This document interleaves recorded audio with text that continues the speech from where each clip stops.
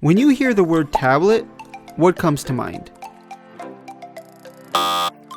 Obviously, it's the iPad. It's the most popular tablet, hands down. Today, Apple has 4 different versions of the iPad. The iPad mini, the iPad Air, the iPad Pro, and the regular iPad. And out of all these versions of the iPad, the regular iPad is the cheapest. But is it worth it?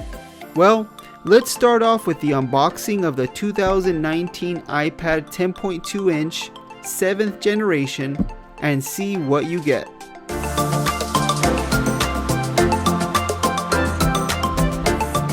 The iPad starts off at only $329. Now, that's only going to give you 32 gigabytes of storage, or you have the option of quadrupling that storage capacity to 128 gigabytes for $100 more. And I would definitely recommend upgrading if possible.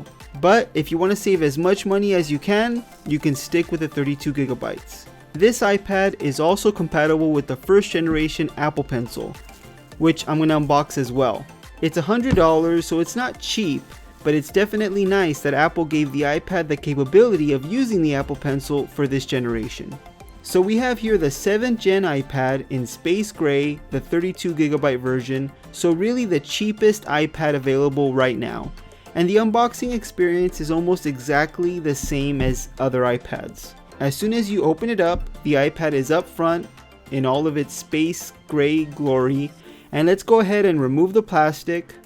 So this is a 10.2 inch 2160 by 1620 backlit LED display. It has the classic Apple home button up front with Touch ID built in. Let's put the iPad to the side and see what else comes in the box. Of course, you have the USB to Lightning charging cable that Apple includes with all their iPhones, so there's no USB Type-C in this iPad. There's also some normal Apple paperwork and some white Apple stickers, and it also includes a 12-watt USB power brick, which Apple includes with all their iPads. Now let's look at the Apple Pencil.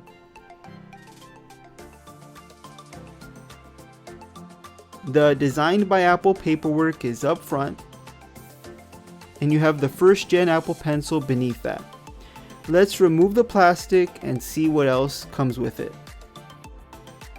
You have an extra tip for the Apple Pencil, as well as an adapter to charge the Apple Pencil with a lightning cable if you don't want to charge it in the weird way Apple makes you charge the Apple Pencil with the iPad.